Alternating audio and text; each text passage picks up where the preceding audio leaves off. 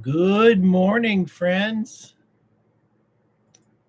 I jumped the gun. I forgot to do my Twitter announcement and take a screenshot or take a photo. That is soon to be fixed. Sunday, the 11th, the 19th of November. I haven't got my date backwards. Well, I just really I haven't got my coffee going. The day before World War III. What I mean by this is I'm still nervous. Dick Allgaier, who's a remote viewer, him and 5 other remote viewers who are some of the very best in the world. Dick Allgaier, and I could be pronouncing his last name wrong, is one of the guys who remote viewed how the target, which turned out to be the pyramids of Egypt, how the pyramids of Egypt were made. And he is the guy who saw the 8-foot-tall praying mantis growing humans in incubators. Can you believe I just said that? An 8-foot-tall praying mantis growing humans in incubators underground to push the rocks in place at the pyramids. You couldn't make that up in a million years. So that's like the power of remote viewing. And that's kind of my introductory to remote viewing, is that one video changed everything for me. I'm like, whoa. Because I thought the rocks were levitated. Anyways, the story is about him and his pals remote viewing the next 3 months. And they saw a huge cataclysm 10 times worse than nothing.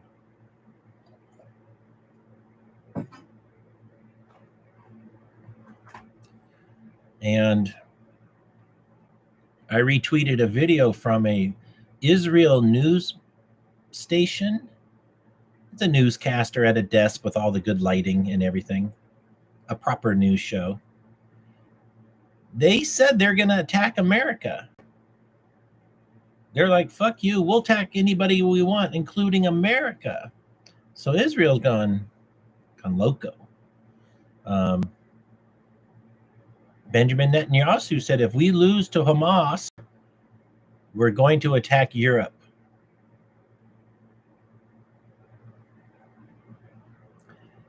Like a spoiled child. If we don't get what we want, if I don't get what I want for Christmas, I'm burning down the whole house, Mom and Dad. That's what Israel's saying. Except, if I don't get what I want for Hanukkah, I'm burning down the whole house. Super childish. I'm actually always trying to articulate to myself, to transcribe, to decode the tricks of Jewish gaslighting, Zionist gaslighting. And there's this really unhinged, angry person named Ben Shapiro. I took his picture. I just put Satan. He's like Satan. I call him bipolar Ben. He's not reasonable. Since he's a multi-millionaire, he doesn't follow the rules. His job is he's a conservative.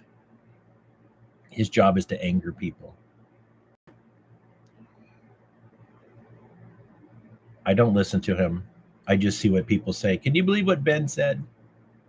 Him and some woman called Candace Owens is his employee. And so she says things that he'll disagree with. So he basically hired somebody to fight with. Contrived. I'm really liking this mustache. I also like shaving. As my beard grows out, like the length of this mustache, there's oils. It gets a little, I got to wash my face with soap and get rid of those oils. And Then the hairs come out and then they go back and then they start hurting. But a beard of about this length will keep my face a lot warmer. And we are not at that point in the winter yet. That's more like January. So it's November 19th. We are 30 days away, 32 days away from the longest day of the year. I'm sorry, the longest dark period of the year. 32 days away from the least light of the year, the winter solstice. Can you believe we're here? I can't believe we're here. So we're halfway to summer. Jesus. Oh my gosh. I posted a picture of some pizza and I said, like, who wants some pizza? And somebody said, well, who doesn't? I said, who likes pizza? And then somebody replied, who doesn't like pizza? That's a really good question. Like, who doesn't like pizza? Could pizza be the world's most popular food?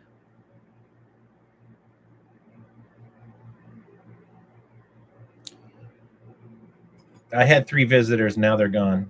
No.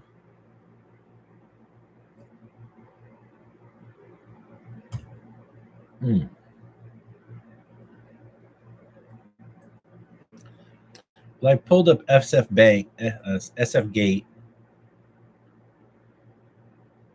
The biggest pot in California has collapsed.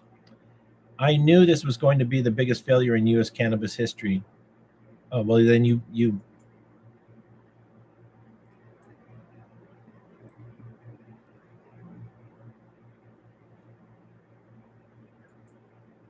Disneyland pays for advertising on SF Gate. I tried Disneyland's $28 cocktail. I didn't know Disneyland started serving alcohol.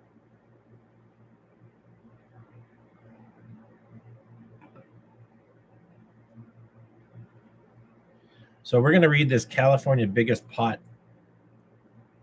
story.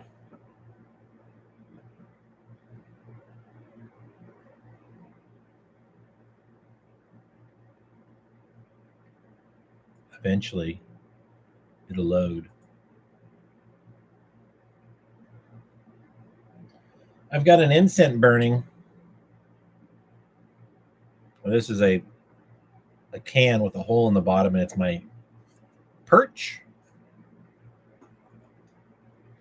And instead of the fan blowing on me, it's blowing away from me, sucking the smoke into the fan. Then it really distributes the smoke without blowing on me. And I'm like, well, because I have the fan on normally to keep the flies away from me. And I think it's working. I think the flies are, I'm going to land on Wayne. Oh, a suction.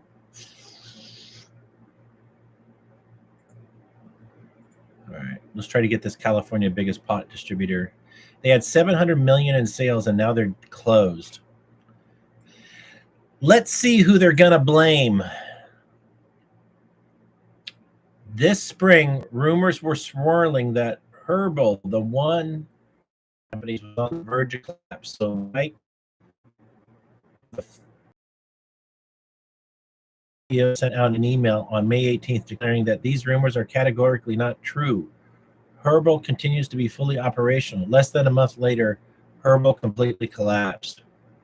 Herbal's failure left a trail of damage that hurt small pot brands and shorted the state some 17 million in unpaid taxes. Well, there we are. It was meant to not pay the taxes.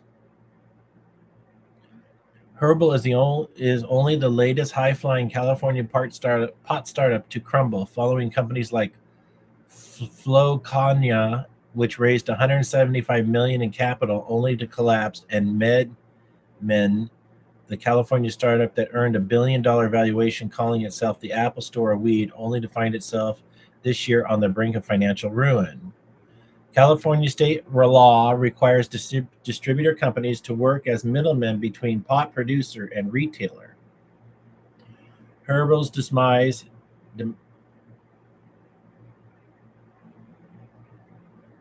Wow, California state law requires distributor companies to work as middlemen between pot producers and retailers. I didn't know there was a distribution like mechanism. So they're just buying pounds of weed and reselling it.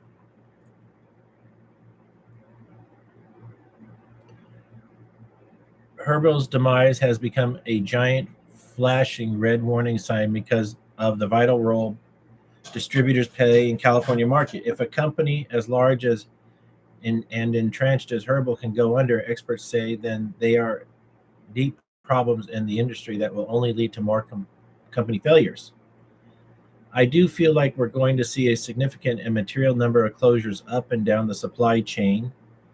Wesley said, the president of Cannabis Distribution Association told SF Gate. Observers in the industry see Herbal's demise shows how cannabis companies in California are forced to abide by a more difficult set of rules than other industries. They also argue that Herbal were a different type of company, the state government would have stepped in to save it. Sickening. Tyler Kearns, the founder of and CEO of Seven Leaves, a Sacramento-based cannabis company, said it felt sickening in the moment in June when he learned that Herbal had finally bit the dust. Kearns says Herbal owes Seven Leaves $880,000. So when he found out in June that the company started laying off delivery drivers, he realized it was going to be almost impossible to get that money back. I knew it was going to be the biggest failure in U.S. cannabis history, Kearns told SF Gate. Herbal wasn't always arousing such fear. Founded in 2016, veteran executives from food distribution industry, it quickly grew to be a major player in California newly legal pot market. By 2022, the company was delivering to 1,000 stores and reportedly sold $700 million worth of cannabis in 2022 alone, making it a massive pillar of California's $5 billion legal pot market. From 2018 to 2022, it was the largest distributor in the state. Herbal rapid rise was driven largely by two factors: its exclusive distribution contracts with some of the biggest brands in the state, which made Herbal attractive for retailers and even smaller pot brands, and its tenacious of investment cash, which allowed Herbal to keep paying its bills even as the rest of the state's industry sunk into debt crisis.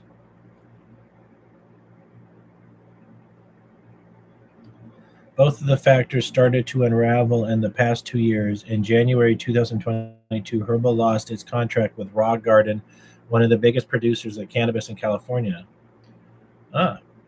Look at that one up. The distributor quickly filed a lawsuit, alleged that Raw Garden had breached its contract, but the lawsuit has yet to be resolved, leaving the distributor without one of its top-selling products.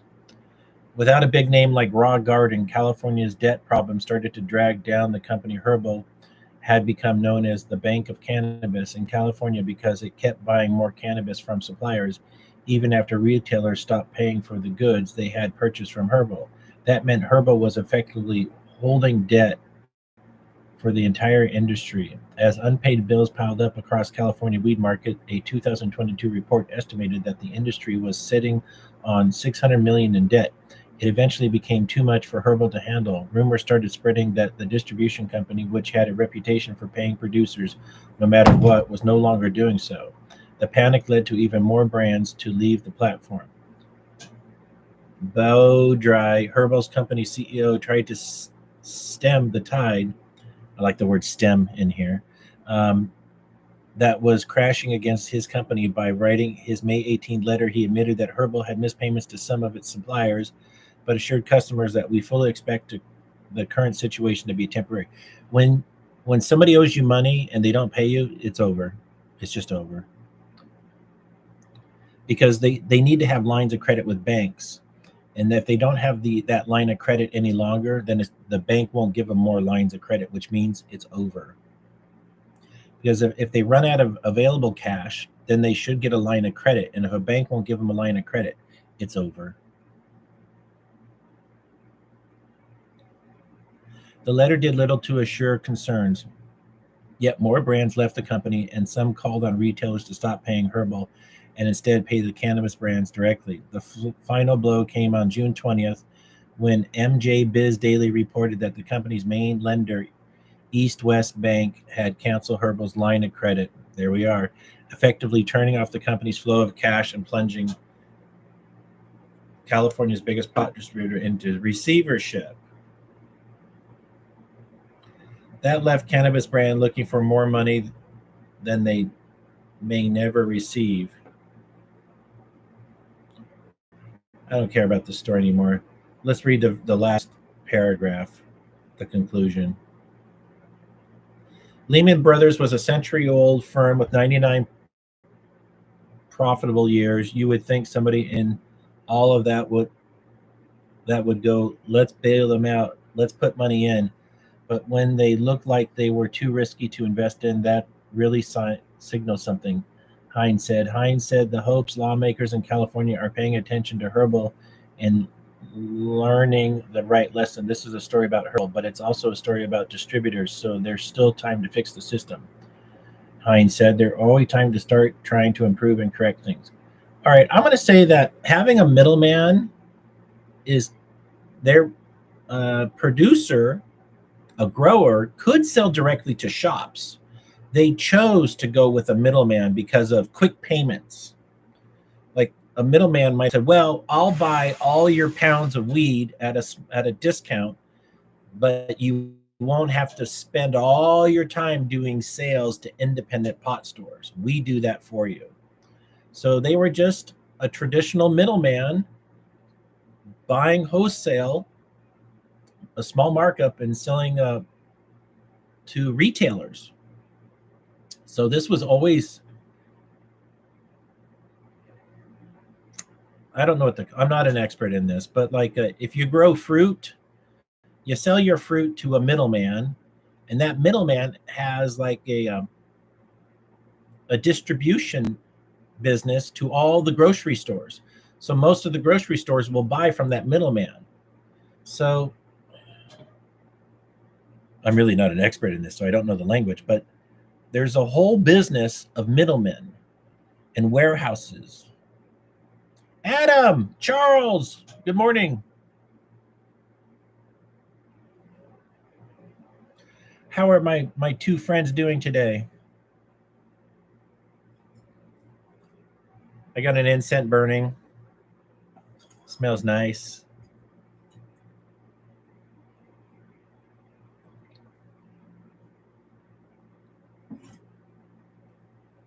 Yeah.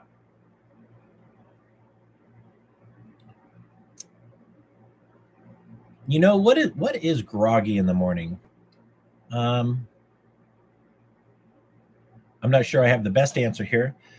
I want to say that sleep is the process of charging the human battery. Our body, described by this orthoscopic surgeon, said our body has like 6 battery zones. And when we sleep, our food is chemical energy, and the food is digested, and it makes electricity, and it charges our different muscle groups, these different battery zones. So if we wake up and we're groggy, it's kind of like we got off the charger too early, or we could be low on electrolytes. So just maybe a teaspoon of salt in a glass of water could really pep you up. My dreams were wild, pretty sure astral projected. Oh, I just love wild dreams. Like my dreams are better than real life sometimes. More than sometimes. Deep depression. My dreams are completely in the realm of fantasy stuff. I slept hard. Well, I actually believe that dreams are the consciousness of the universe trying to give you a gift, whether it's inspiration of where they're trying to send you, or they're giving you the gift of relaxation and happiness through your dream. Wayne, I went to a brewery yesterday. They had an arcade and a pool table and a shuffleboard. That sounds fucking great, actually. How about a tap room where once you buy the beer, like all the pinball machines are free. Pinball, like all the games are free. So it's a tap game room for paying customers. There's a little gate. You enter the gate, you pay $5 for the pitcher of beer, but there's no beer. Like just to have the pitcher, there's $5. And then you got to pay money to fill the pitcher. Then you mosey over to your table, and then you can start playing the games. Like maybe we got life wrong and we should just be in the entertainment business, the drugs and alcohol business. It's unstoppable. When times are good, people get drunk. When times are bad, people get drunk.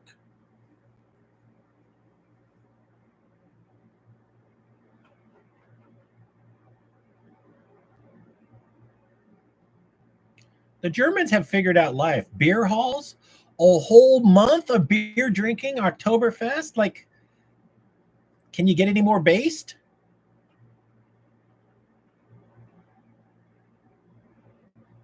Sounds nice.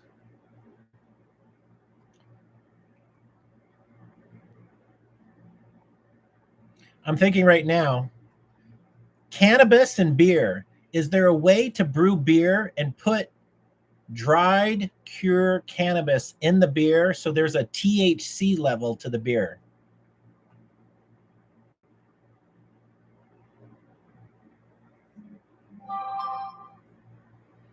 Whoa, Adam, that's badass.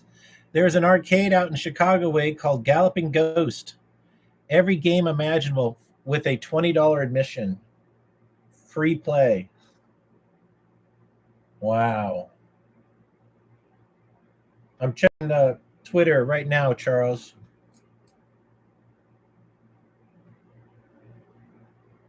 Whoa.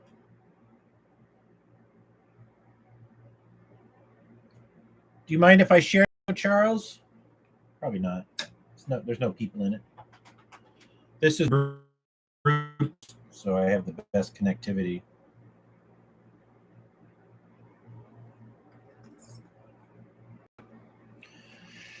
Oh.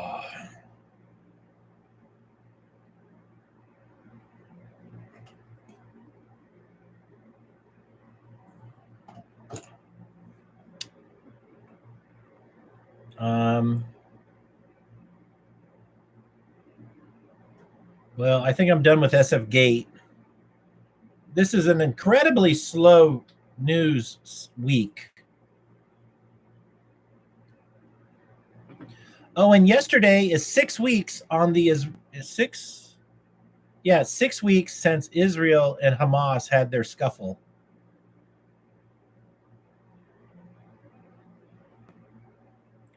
White House to clamp down on Israeli settler violence.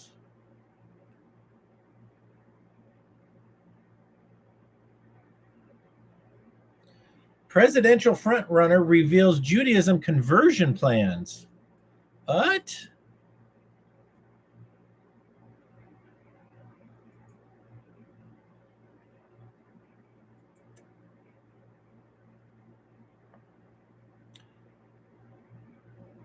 Oh, Argentina. Argentina liberal president candidate Javier Milei, a prominent supporter of Israel, has outlined his intention to convert to Judaism. Dude, just convert. Boom, you're done. I was telling my friend Chick, when I tell people, like, he's like, because you're a Jew, Wayne. I'm like, I know. And I said, people, good morning, Mr. Actor. I said, when people ask you, well, Wayne, how did you convert? What method? I said, the easiest method is how I converted to Judaism. I just did it. One day I'm a Christian, the next day I'm a Jew. And I said, some people did, they're like, you didn't convert, Wayne. I'm like, how dare you question my faith in God? He's like, that's the right answer, Wayne. He said, if you were stand-up comedy if you did stand-up comedy with a room full of Jews, they would all laugh at that.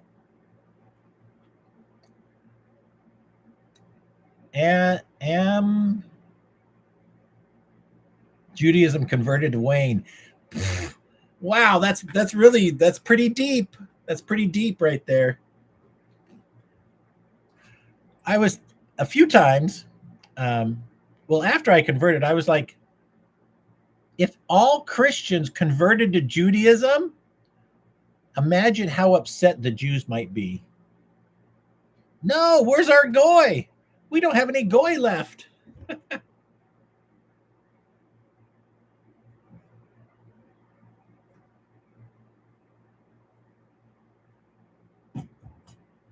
Somebody posted a Freemason initiation ritual, one of them, like a Master Mason initiation ritual, and it's undercover, without approval. This dude's going to end up dead. And a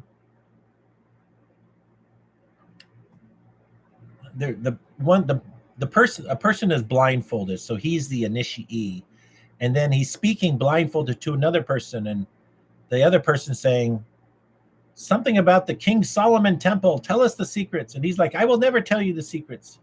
He's like, if you don't tell me, I will take your life. And then they do a mock execution, and he pushes him back, and they catch him in a bed sheet, and 6 men are holding him in the bed sheet, and they put him in a fake grave, and they throw dirt on him, and then they bring him back to life. And one of the commenters on 4chan said, this is just Dungeons and Dragons for old men.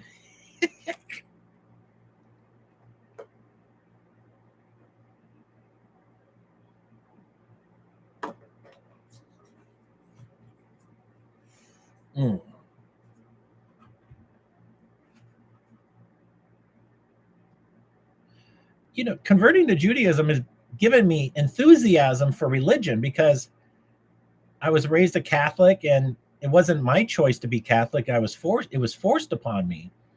And just through Catholic school and being an altar boy, I'm like, fine, enough with the Jesus. Can we do something else? Like, I was really bored with it. I had to listen to the stories through all the masses I attended. And it didn't feel like there was anything new. Okay, it's Easter time. Jesus is risen. Yay. It's Christmas time. It's Jesus's birthday. Yay. But it felt hollow. And with Judaism, there's all this mystery. There's all this, there's many layers to this onion, and I find that exciting. What are the thoughts on the Talmud? Well, the Talmud is a box of chocolates. Take what you like. Did you know in the Talmud you're allowed to cheat on your wife? I found this accidentally because people were talking about the raping children in the Talmud. I'm like, that can't be in there.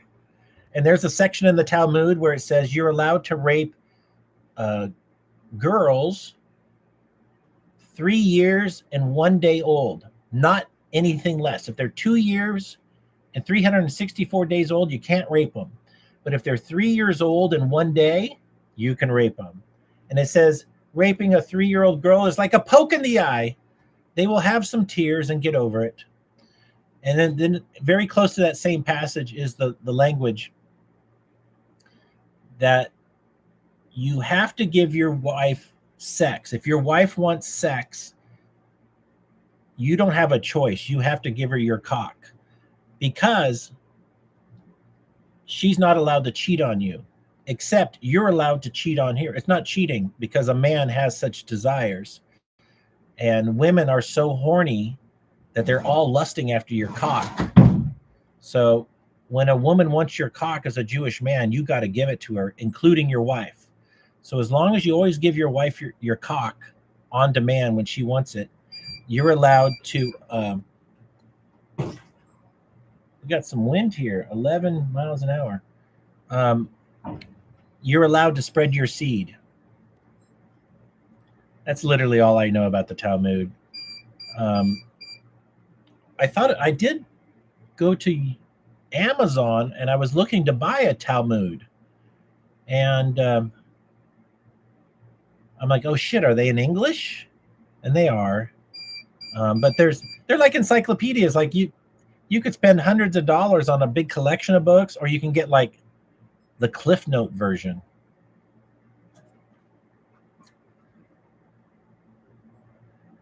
I'm not trying to learn it overnight, clearly.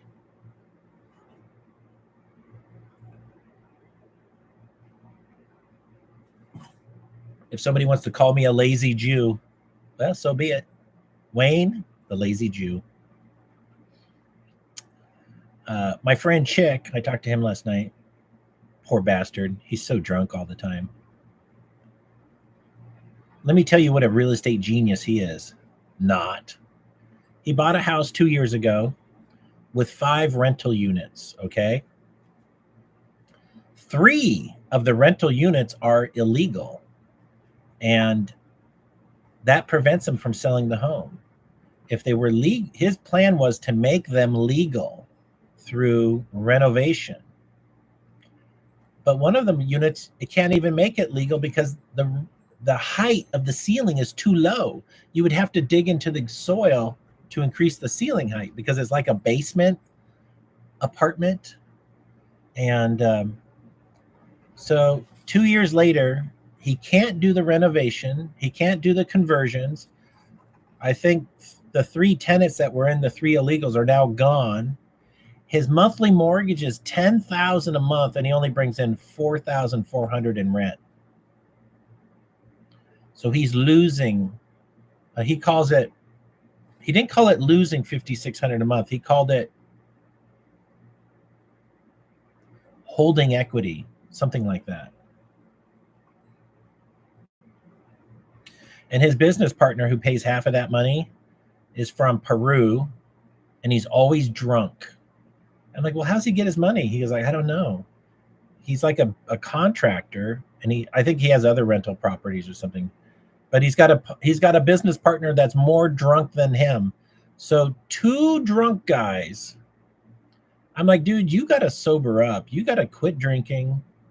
You got to get out of this. You got to get out of this house.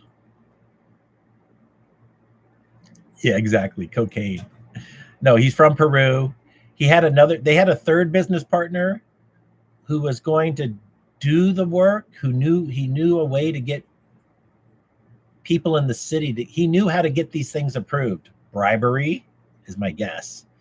And they gave him a third ownership of the property without putting any money into it based on future promised performance. And he never performed anything, and they eventually wrote him out. They took away his equity. But I think he was like maybe trying to launder some cocaine money through it. I told him, you need to just sell this house to your business partner. Get him and his whole family to move in there. Get all their friends from Peru to be investments in this house. I got a 9 mile an hour wind.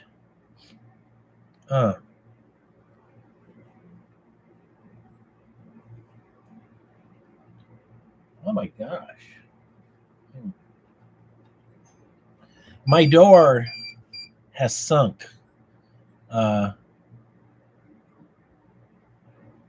Basically where the hinge is, the 2x4 is not where my thumb is. The 2x4 is here. So that much of the edge of the door is just OSBX board, and it's collapsed. So the hinge is kind of like, I have to take it apart and rebuild it a little bit, or actually more like fix it, but it won't be so hard to fix.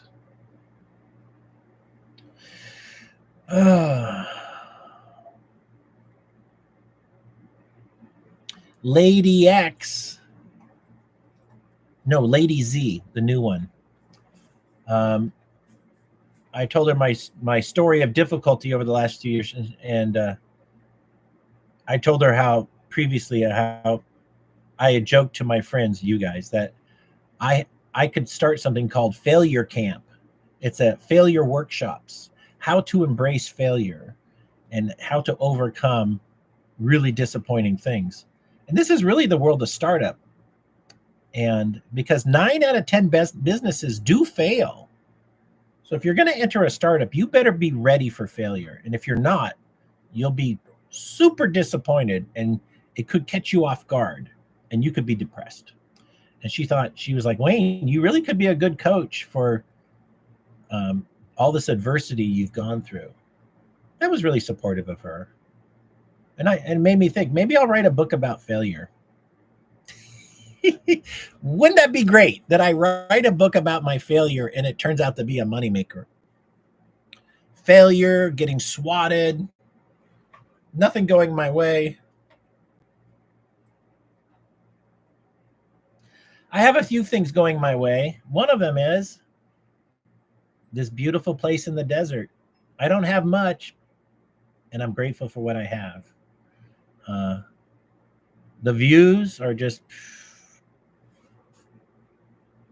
it's just beautiful out there today. It was beautiful yesterday. Big clouds everywhere, cumulus clouds putting distinct shadows sprinkled all through the mountains. And even though those mountains, the shape, the silhouette's the same, when the clouds hit them, the shadows are infinite. The shed years. Yeah. Yeah. I was looking with my binoculars on my walk yesterday over the valley because I live out on the top of a hill. So I looked down and there's a lot of solar plants. And then I imagined in 10 or 20 years, there could be nothing but homes.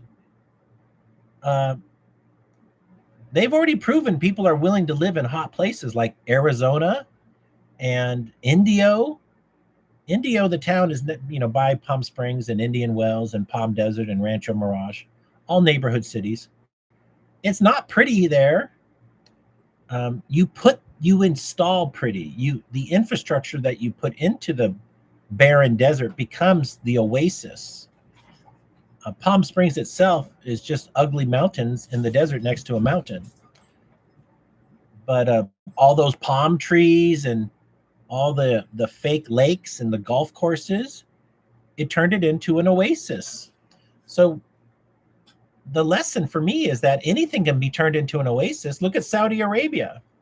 So I do think that this barren desert place that is considered to be inhospitable and not a place for normal people to live will eventually turn out to be endless tract homes, endless suburbia.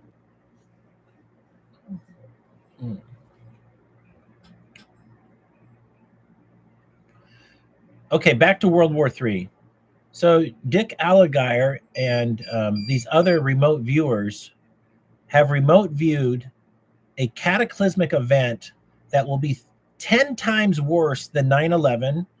And they said that there was, it starts with an E. It's like if something was hitting the earth, erupting, ejecting. So they said there was lots of ejection.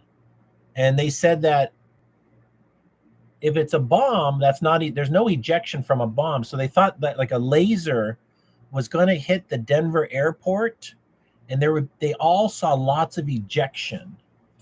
So they don't know it's not a bomb. And they thought it was a space laser. I can't imagine a space laser creating a lot of ejection. An asteroid impact could make ejection, but they specifically said the Denver airport, which is the base for the New World Order. They call it the New World Airport. And I've heard theories that they chose Denver because it's 6,000 feet above sea level, and that if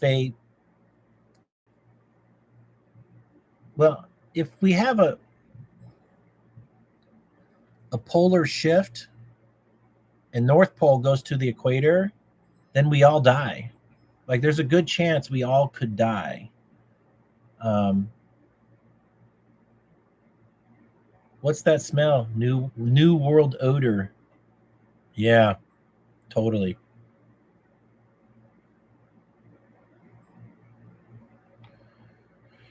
something's under the Denver airport. I think it's actually what they call the continuation of government facility, where in the event of a nuclear strike, Congress, the House and the Senate have to operate the government from someplace that's safe. And I think the answer is Denver. It used to be the Greenbrier in like North Carolina, according to the History Channel.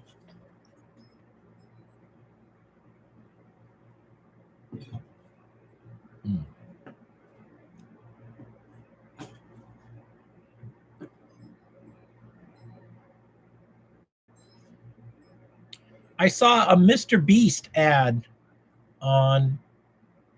I followed Mr. Beast a couple days ago, and he had a tweet, and it said subscribe to read it, and I'm like, I'm not fucking giving this motherfucker any money. He's already a multimillionaire, and then he's trying to get me to pay $5 to read his dribble. No. Yet it's a good lesson in people will give him more money. Quit giving the enemy money. He's never going to help you. If you had a flat tire, Mr. Beast is just going to laugh at you and film a video of you struggling.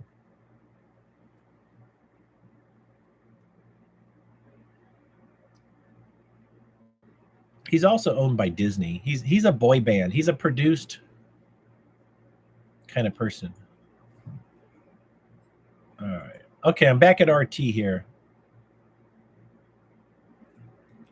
Foreign mercenaries abandoning Ukrainian army. Well, the money must have dried up.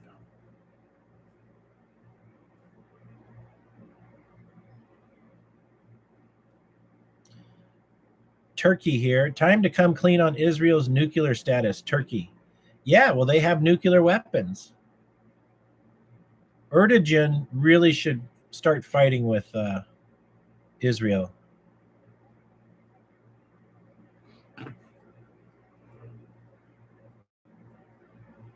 Russian electric SUV launches on domestic market. All right.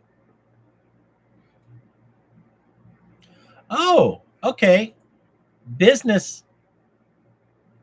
I got a business idea here. It's easy to make a car that's electric because it's just batteries and a motor. I mean, there's suspension and stuff. Maybe Tesla car company should sell electric vehicle starter kits to manufacturers. I've already said this idea for conversions. That's still a good idea, but they should sell battery kits and motors to other automotive manufacturers, and so the motor, the charging system, and the batteries are built by Tesla car company, Elon Musk, and then that car company puts the suspension on it and the body. And that could lower the R&D cost for making a very efficient motor, charging system, and battery pack. So it would be the equivalent of a crate motor from like Chevy for electric cars. And then like even Ford might say, you know, we're not doing so good with our electric vehicle shit. We'll just buy the motor and battery pack from Tesla, and we'll build a body and suspension around the kit.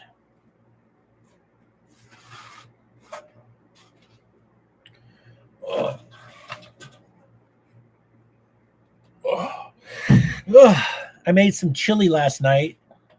I cut up one yellow onion and then put that on the pan first, and then ground beef on top, a little salt, no pepper, and a little bit of water, like a cup of water, and I cooked it until the onions reduced. It was pretty good. And then I added a can of chili and red beans, red kidney beans, some cumin, and a lot of cayenne pepper. It was really good, and a big dollop of sour cream.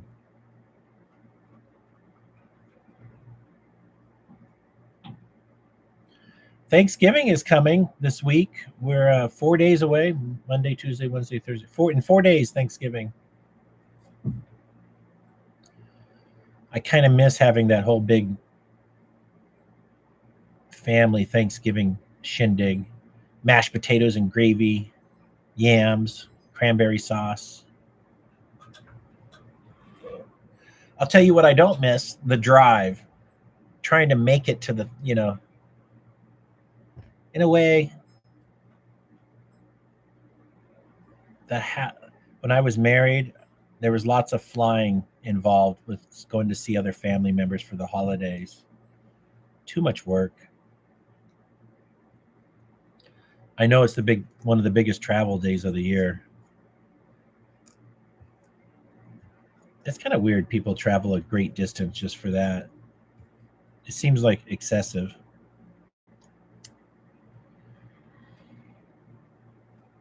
All right, let me go back to RT. I think we're nearly done with RT. How Biden proved his incompetence at the XI summit. Yes. Oh, Greta Thunberg got married. Yeah. Our little girl is all grown up.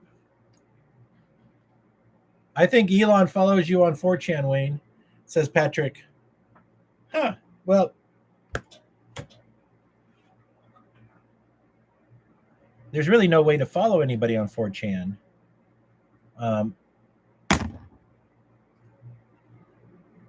Well, that would be great. Hey, Elon, if you're watching this video right now, go to my Lambright.com, LAMBRIGHT.com, and there's a thing that says gravity, and you can see anti-gravity working. And if you invested in me, gave me some money, I'm pretty sure I could have my working prototype 60 days.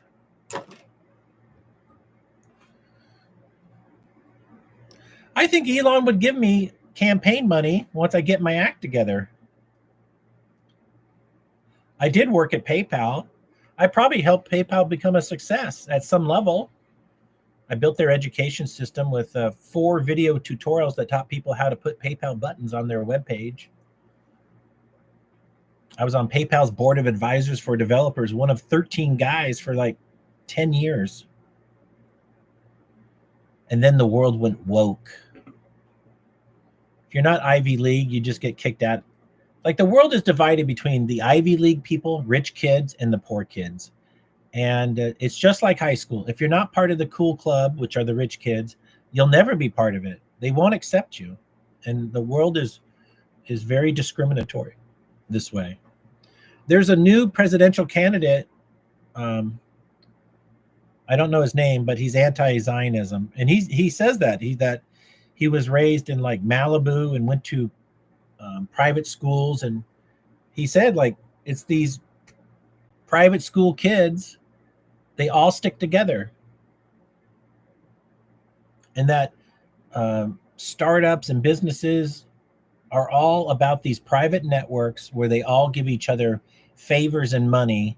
And that's how they seem to have success out of nowhere. It's because it's all the friend club.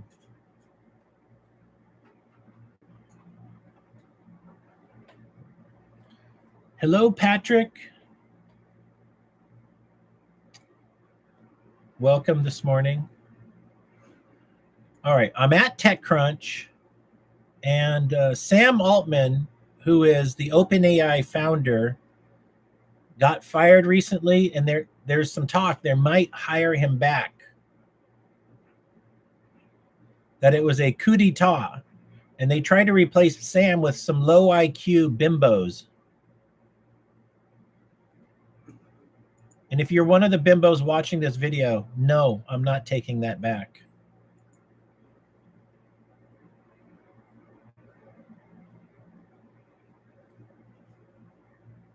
Featured article, AMO with Amo, the founder of Zenly, wants to make social apps social again.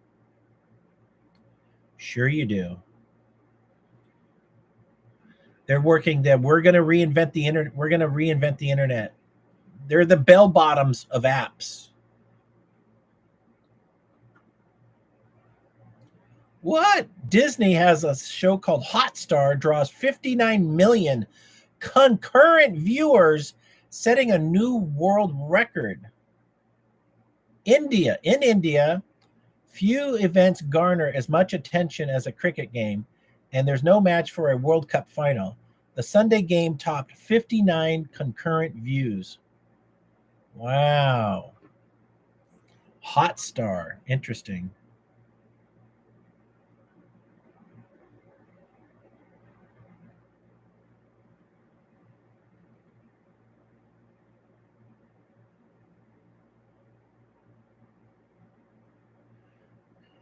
I feel like the startup world is not, they haven't had a new idea in a really long time. They're just hashing old ideas. I'm getting out of TechCrunch here. It feels like the TechCrunch and the San Francisco startup world is a broken record. One thing I haven't seen is a new financial startup, a new credit card company. Those always do well because they're boondoggles.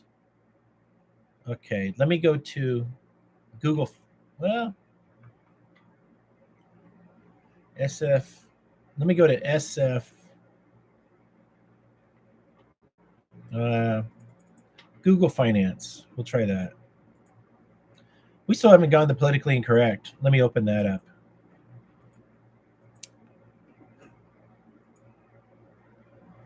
Good morning, Pat. What are you working on today, Pat?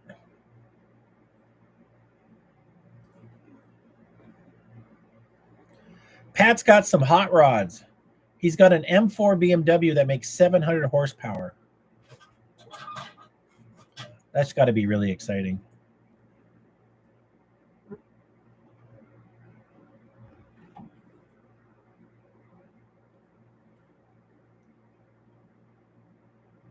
Oh, it's Black Friday specials.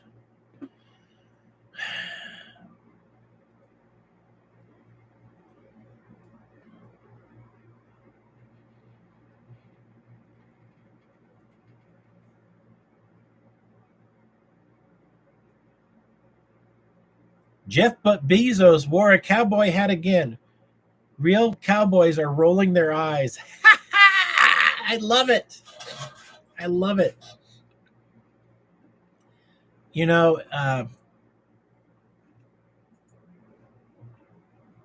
going to look at a Denali. You're going to maybe buy a Denali. Is it broken? What makes a Denali special? I think a Denali is like a Suburban. Let me Google what a Denali is.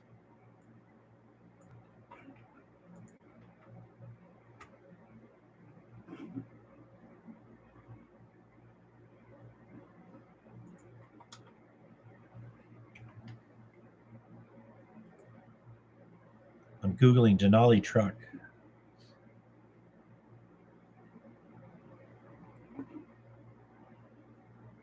It's a luxury pickup truck.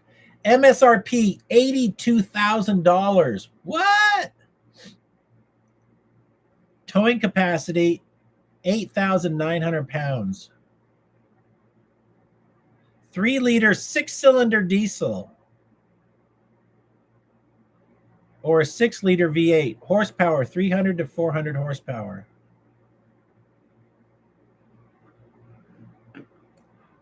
Dang, that's a lot of money. 3/4 ton. Is it used? Why do you need a Denali?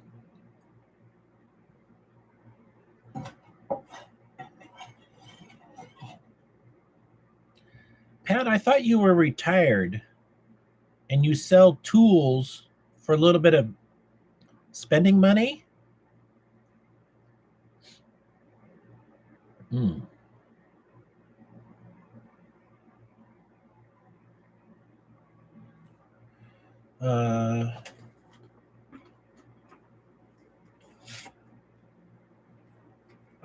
I think I have a new woman to talk about. Lady X, Y, Z. And then we're going to call her Lady A. Just a tow pig. Okay, Pat, This is a serious question. If you just need a tow pig, why don't you buy a truck from the 70s or the 80s?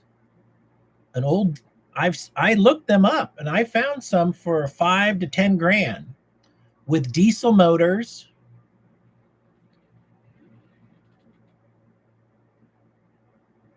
I think I even found a crew cab. So if you just need a tow pig, there's lots of them out there, I think.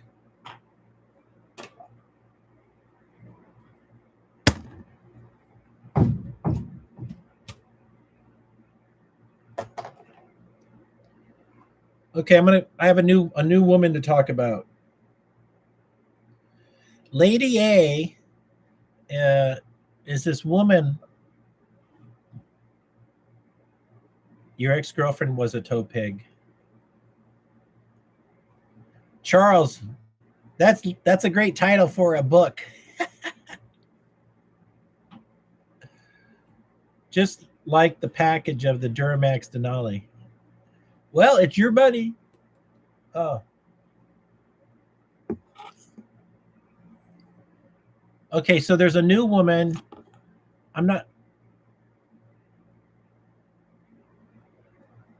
This woman is not romantic, and but I saw her profile and she says, I'm looking for a boyfriend who has a job, who wants to move in with me and help me pay the rent.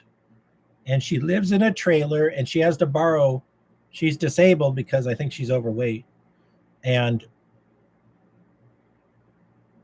by the way, fatties, you can turn your obesity into a disability.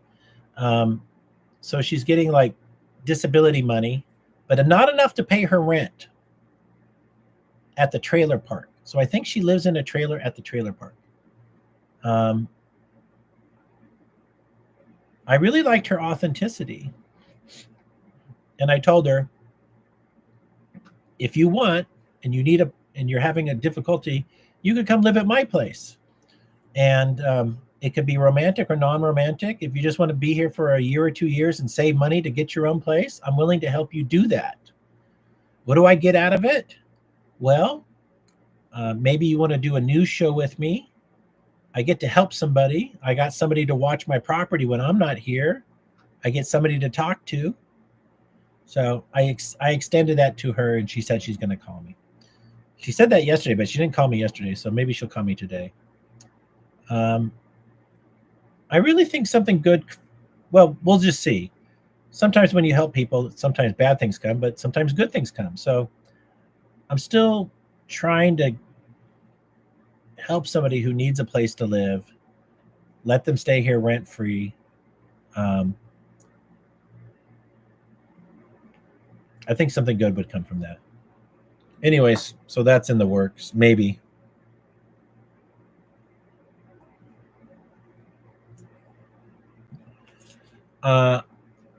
I have a new profile on OkCupid,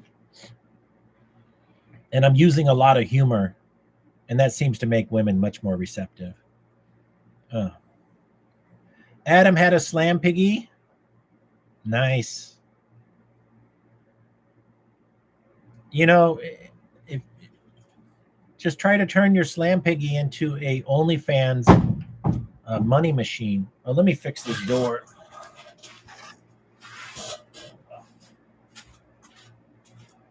I got a little piece of string on just holds it shut. Oh.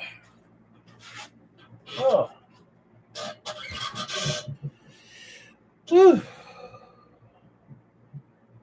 This morning, I'm going to take the chili I made last night, which is, I have 75% of it left with a pound of ground beef.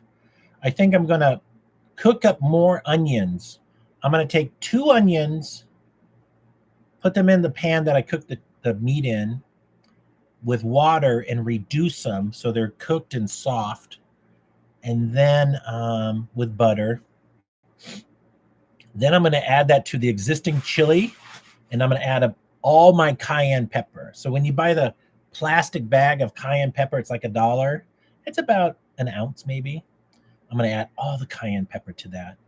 and then probably a half a stick of butter. So the butter will transfuse the hotness of the cayenne into all the chili. I'm going to try to create the hottest chili I can.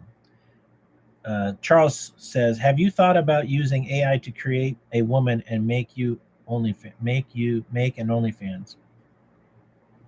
To have a fake woman, like so no, the answer is no, I haven't considered that. So I have artificial intelligence create a beautiful woman who's naked and she only exists in the computer and she has an OnlyFans page.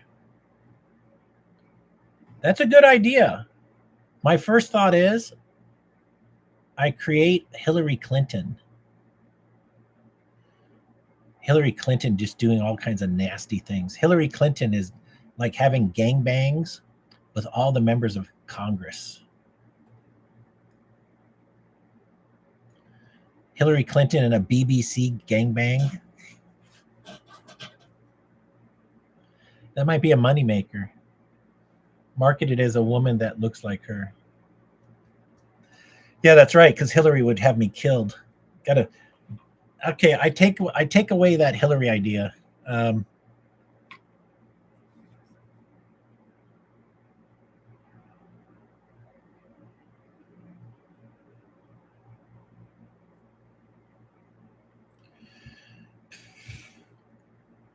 Maybe a first shooter game called Insurrection, and they overtake the Senate. No, Charles. I actually have not created any artificial intelligence generated women yet. I haven't done any photos like that. I'm not even sure how it works.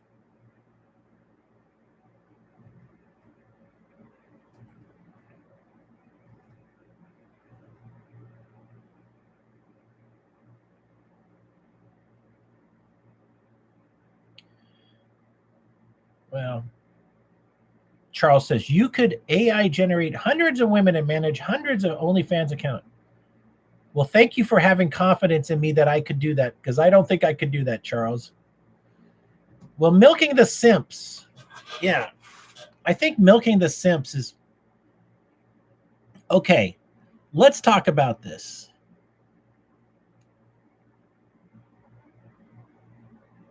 There are women who have no trouble being nude on camera for the prospect of earning money. Let's call them, they're like strippers who work in a strip club. Yeah. They're like home strippers. They think they can make more money at home stripping for the camera than they could at a strip club. And maybe there's no strip clubs where they live. So this is a vehicle for them to make money. So we all agree that these women do exist. Then we would agree that there's a large percentage, maybe 80%, who are having no financial success. They're the losers of the home strippers. Then out of that group, we would say there's a percentage of these home strippers who would be okay with having sex with other men. They would sleep with men if we could show them a path to the money.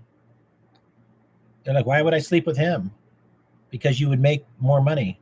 Okay, when can I fuck him? Like, it's literally that simple. Like, women would sleep with a famous person, like a movie star, because there's a good chance they would become famous and make more money, or they would get some of the movie star's money.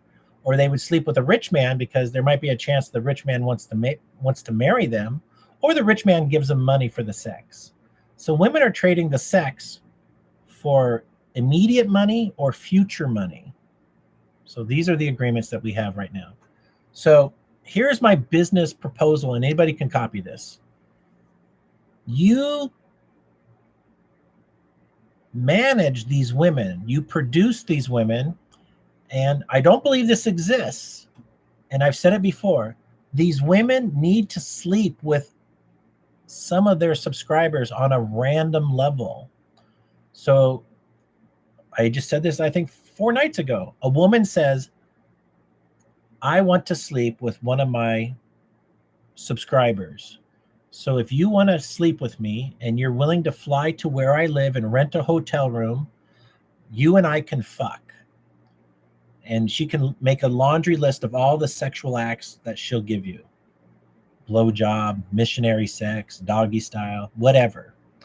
And then the agreement is she films herself sleeping with one of her pay piggies. Yeah, it's a little pimping, right? I'm a pimp. Yeah, we're all pimps.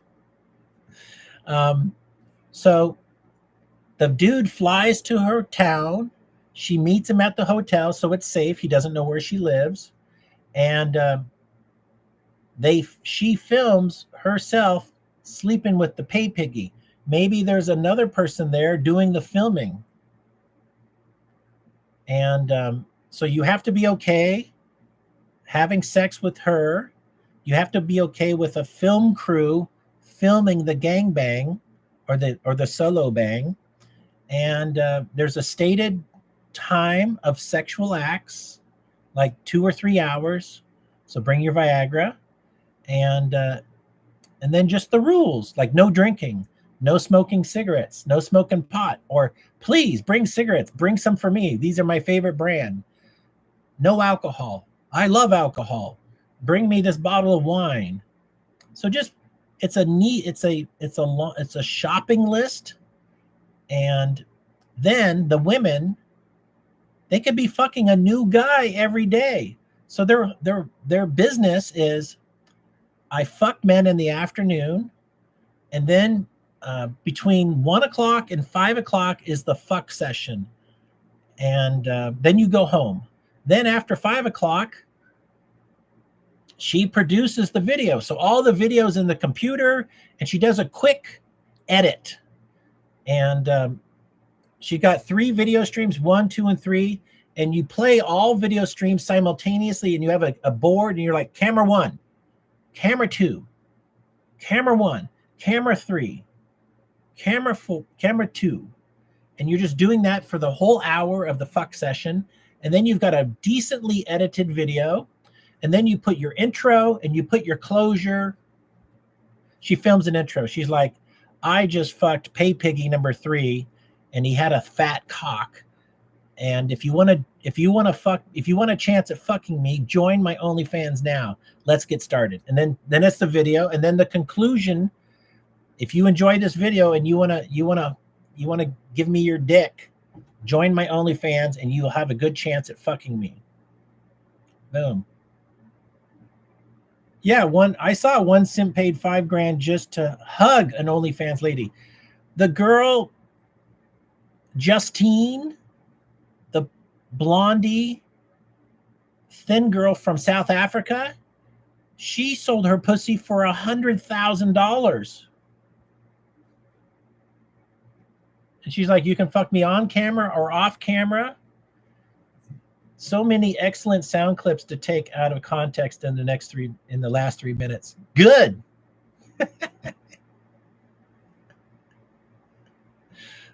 I should be a pimp. Well, I'm trying to pimp America, right? I'm trying to pimp America into the future.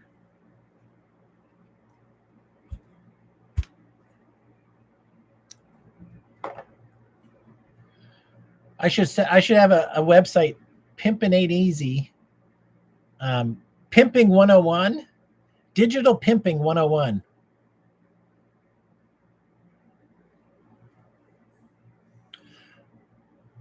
I do have like a photograph, a nude photography cookbook, a photograph book.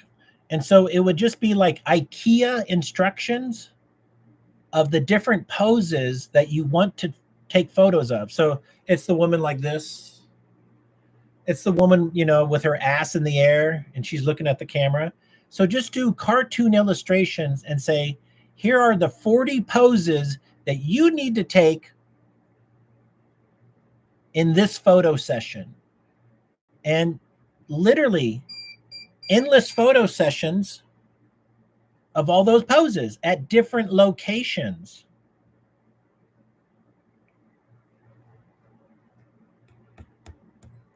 The more I talk about this idea, the more it's kind of exciting. Now, let's talk about some of the problems with this idea. Number one, you're making a business partnership with women. And women have emotions like that weather vane, the rooster with the north and south based on the wind. Their emotions could change, and they're like, I don't want to work with you anymore. You said I looked ugly in a red dress. So you're their manager, you're their producer, and it would be smart for you to control the bank account. So each woman is their own LLC, and each woman, you have a bank account, and give them maybe you charge 30%, so they get 70% of the money. This way they don't feel like they're robbing you, because they're going to want to fire you and replace you with somebody cheaper. But they don't realize how technical and how complicated it is. If it was so fucking easy, they would do it right now, since they got that golden vagina. But their vagina is not that golden, and they're not that smart. I think the next opportunity is to start your own Playboy magazine.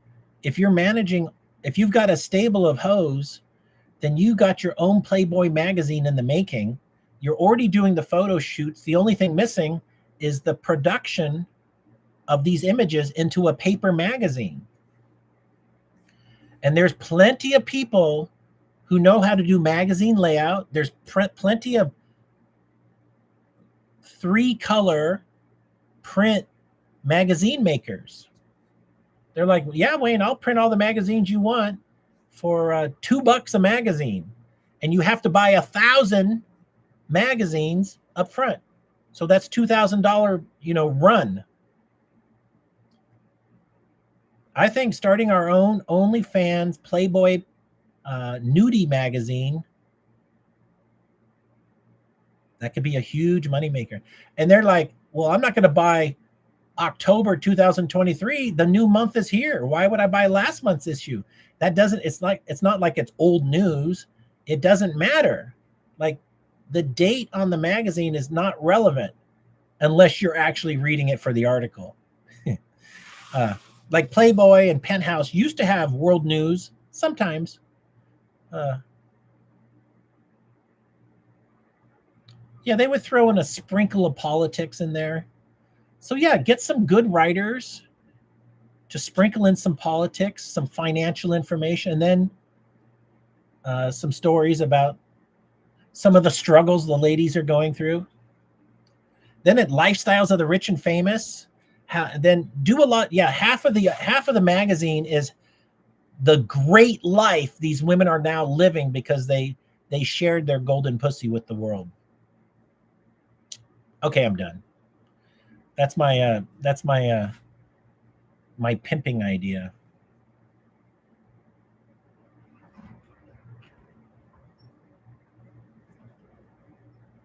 I could partner with strip club owners. Wayne, why would I be your partner? I'm not a woman. I only manage these women. They're a nightmare. You don't want to do this business, Wayne. I'll give you half the revenue. Wayne, this is a genius idea. How much money do you need to get it started?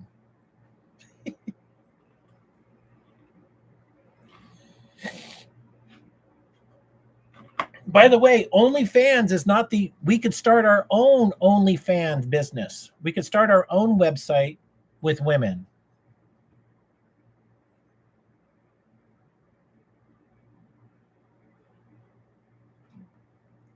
Okay, Adam, make the best of your work. Be grateful you have a job.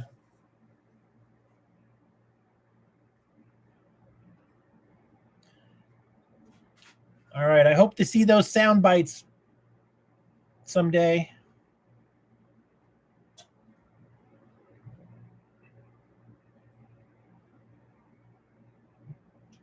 Charles, one simp paid $5,000 just for a hug. Yeah, a woman could decorate her, like, I need 10 grand for a new bed, and anybody who gives me more than $2,000 can come fuck me in it. Women are horny, right? Like, how do we turn men into, how do we start pimping men for women? Ladies, I need 3 grand to get a new bed, and if you donate $1,000, I'll invite you to my home to christen it. Some lady with a walker. Here's your money, Sonny.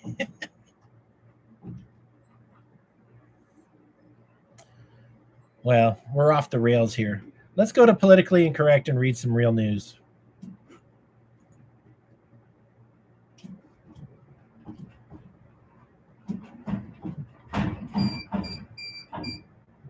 "15-mile-an-hour wind."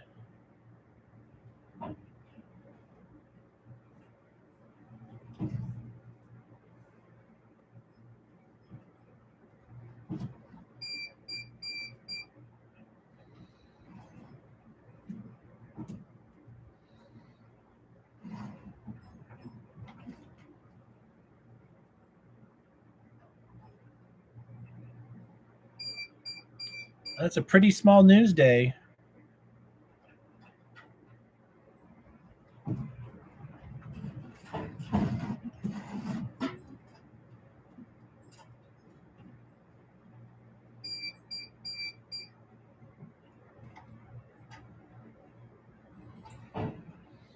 I'm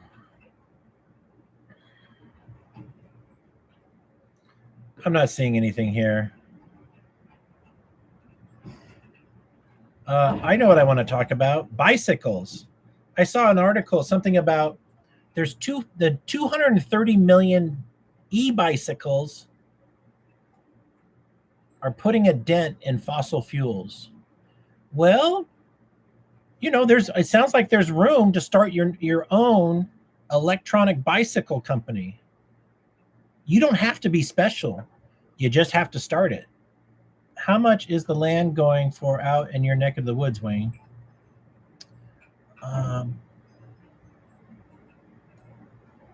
Well, if any, there isn't any for sale. That's the problem in general. And but I'll tell you what I paid 2.5 years ago. I paid $4,500 for a half acre of land that has a septic tank and a power, which is just an amazing deal.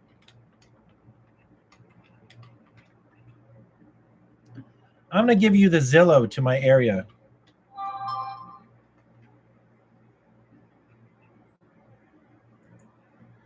My best advice to finding some cheap land is go on eBay. They have a land section.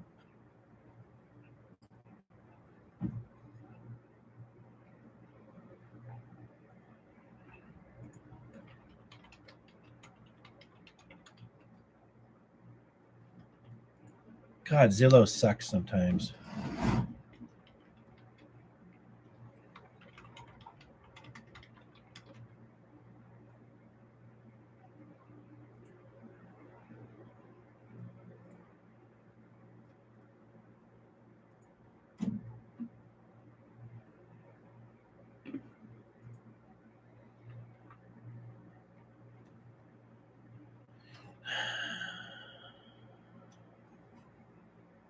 I'm pulling it up.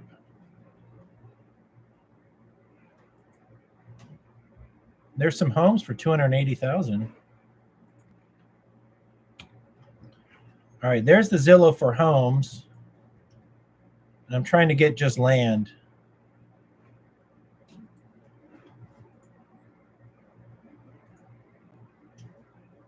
Well, you can do the filters.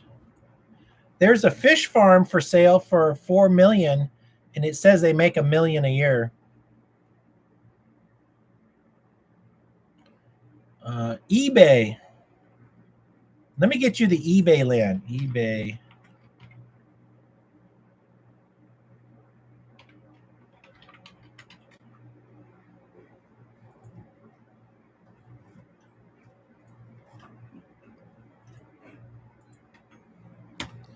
There's the eBay land link.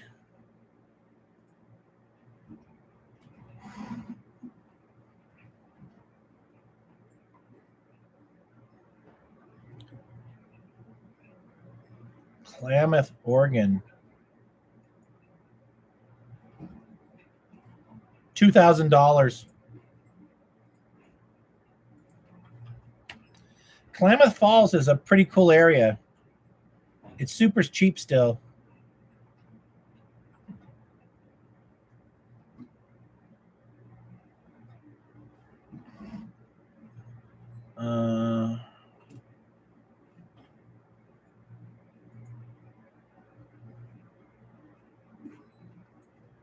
I'm going to show you the sold properties also, so you can have an idea of what things have sold for. I'm going to try that.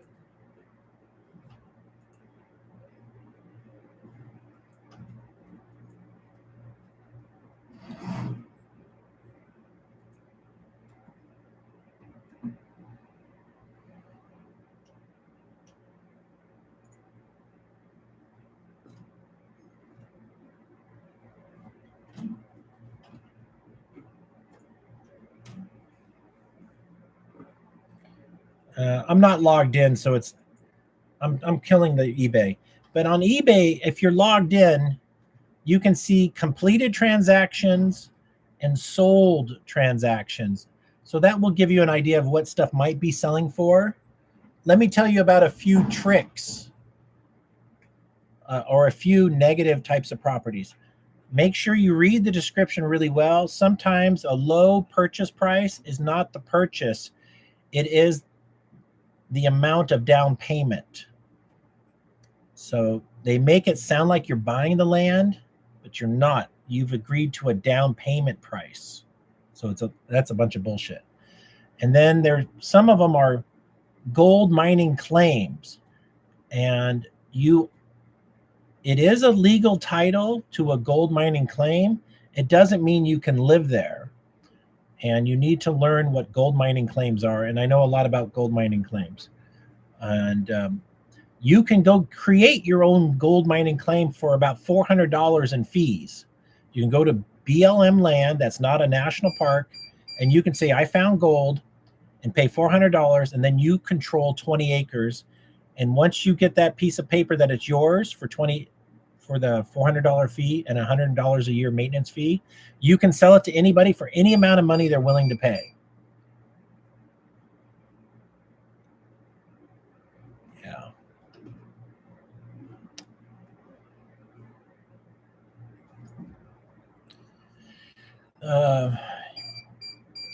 Putting improvements, like if you do a gold mining claim, it doesn't give you the right to put a structure on the property. You have to go through a process. There's something called a mill site, and a mill site is adjacent to your mine, and you can get like 20 acres for a mill site. And if you have a lot of gold, you're going to be there forever. However, the Bureau of Land Management kind of wants you to leave the smallest footprint in the area so that when the mining operation is ceased, that you clean up all your debris and you clean up all your infrastructure. Let's call this the end of the show. I've been here for an hour and a half. I've got some things I want to do. I'm getting hungry. And I've really enjoyed everybody's contributions today. And let me thank everybody for being here. You guys bring me lots of joy. I want to start off by saying thanks to Charles Smith and Pat Paulson for the wonderful birthday gifts. And that means a lot to me. It makes me feel connected to somebody that you care enough to send me a gift, and that means a tremendous amount. So thank you, Charles Smith, for being here. Pat Paulson, thank you for being here. Adam S., thank you for being here. Mr. Actor, thank you for being here. Patrick, thank you for being here.